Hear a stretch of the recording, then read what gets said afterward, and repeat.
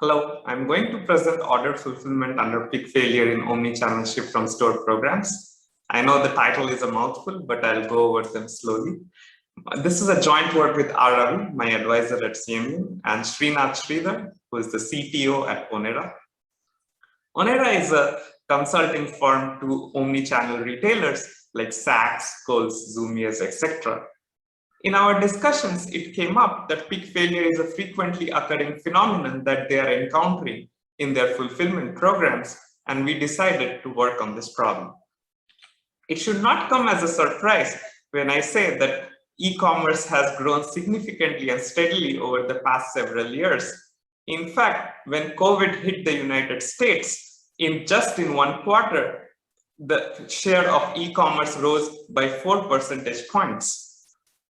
It all started with Amazon, who basically gave the customers the taste of in-house delivery and in a reasonable time. This prompted the existing brick and mortar retail stores to retaliate in the firm by adopting this omnichannel retailing. So let's look at what is omnichannel retailing. Omnichannel retailing is essentially the merging of online and offline channels into one. What does that mean? In omnichannel, a customer is free to either order the product online through the retailer's website or go to the store themselves and place the order. On the other hand, the customer is also free to get the order delivered at their own doorstep or choose to pick up the order from the store. The most interesting program of this omnichannel retail framework is the Buy Online Ship from Store programs, or the SFS programs. In this program, an order is accepted online, which is placed on the website of the retailer, and it is fulfilled by sending the order from the brick and mortar retail store to the customer's doorstep. Well, why do these omnichannel SFS programs work, and what is their advantage? Well, the brick and mortar retail stores essentially want to leverage the proximity of their stores to the customer's residence to provide faster and cheaper shipping. This helps them compete with retail giants, e-commerce giants like Amazon. Well, now that we have talked about the benefits of this omnichannel SFS program, we must note that omnichannel programs have come with their own set of challenges. The most interesting operational aspect of omnichannel retail is that the inventory at the stores is being used to satisfy both the online and the physical demand. This leads to higher inventory inaccuracy, which in turn leads to peak failure. Now let's look at the fulfillment operations so that we understand how peak failure manifests itself. Well, let's say a customer wants to buy a cap, goes on the retailer's website, places an order for the cap, and the retailer says, okay, we'll give you a cap. Now the retailer, let's say, has a choice of 3 stores to ship the cap from. The closest store, let's say the retailer tries the closest store, it fails. The retailer tries the second closest store, and it leads to a peak failure. Finally, the retailer tries the farthest store, and it turns out that it leads to a peak success. Well, this example shows us that a naive policy of choosing the closest store to the customer may not be the optimal choice in the context of peak failure. We tried to look into the literature of peak failure, and it was surprising that peak failure has not been looked at from a fulfillment optimization perspective. However, we found many empirical papers dating back to the time when there was no omnichannel retailing. They pointed out that there are these intrinsic factors at the stores that are very inherent to the stores which cause peak failures. We were interested and we looked further into the data that we got from Onera. We got data for these 4 omnichannel retailers, and we found some very surprising observations. The most surprising part was for one of these retailers, as high as 20% of the orders that were tried resulted in peak failure. We further dug into the data to find if there are any other factors which are causing peak failure. This is not very surprising that peak failure is inversely proportional to the inventory of that item at the store. Essentially, this is very intuitive and reasonable, and this is the only assumption that we have in all our models that we will propose. We propose these 4 models which are based on realistic scenarios, and the first 3 of them are dealing with the fulfillment problem, whereas the 4th model deals with the joint order acceptance and fulfillment problem. All these problems have nice structural properties, and we design efficient algorithms to solve them. However, in the interest of time, I will present the most general fulfillment model that we have, which is for a significant physical and in-store demand.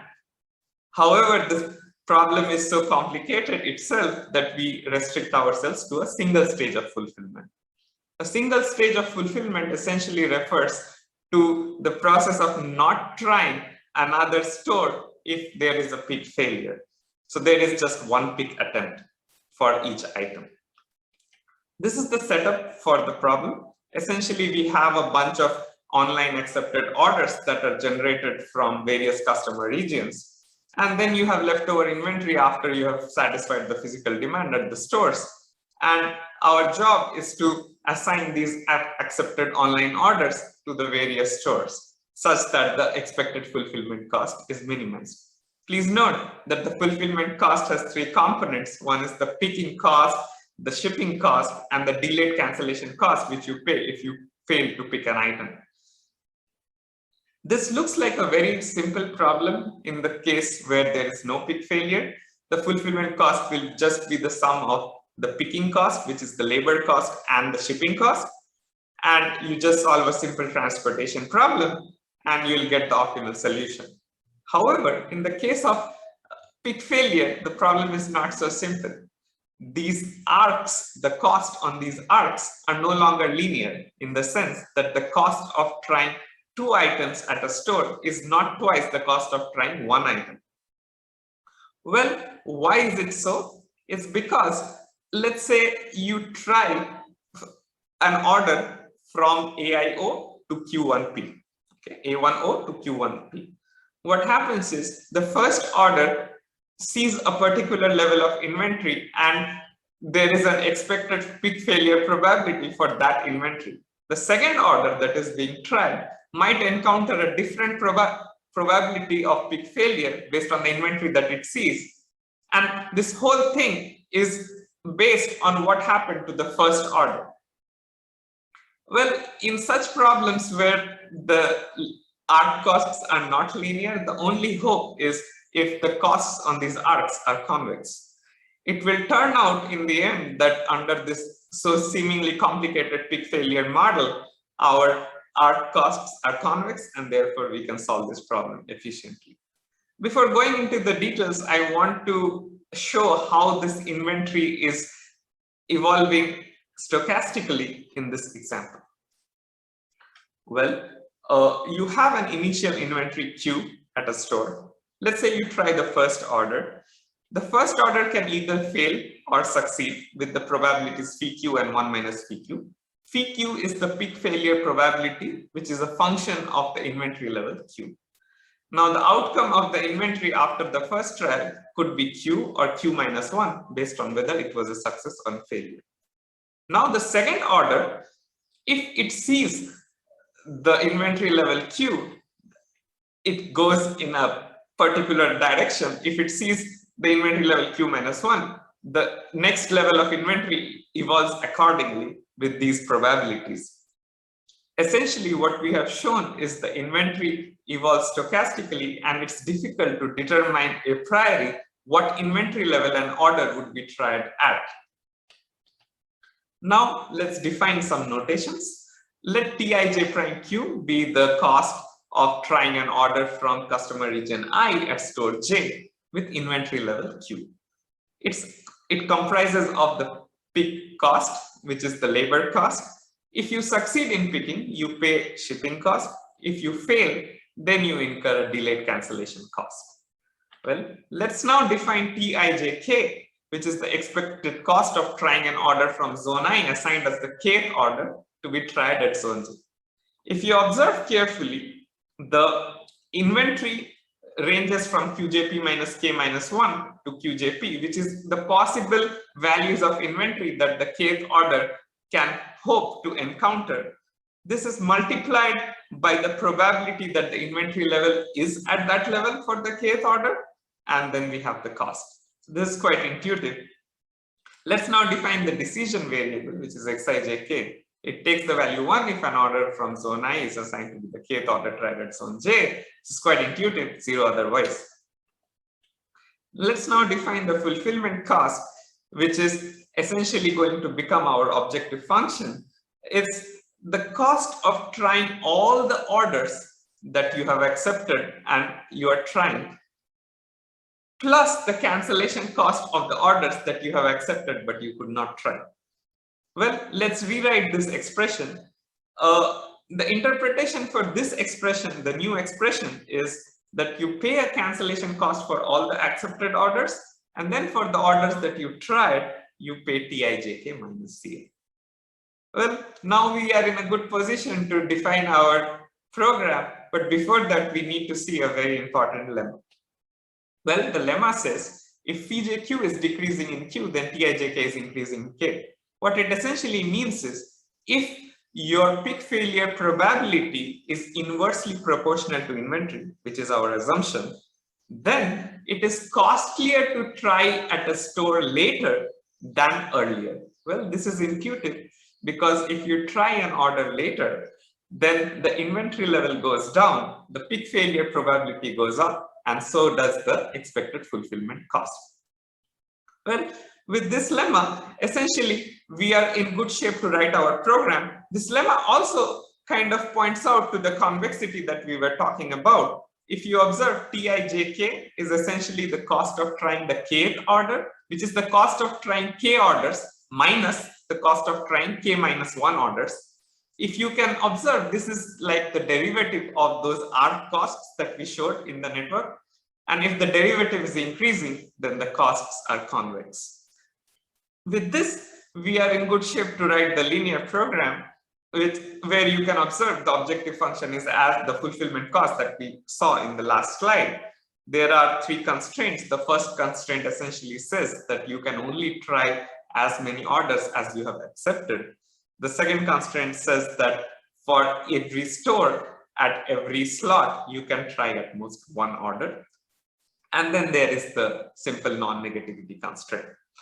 Well, this looks like a nice linear program, and well, it turns out to be a network flow problem. Essentially, this being a network flow problem ensures that at optimality, Xij will take binary values, which is the desired outcome.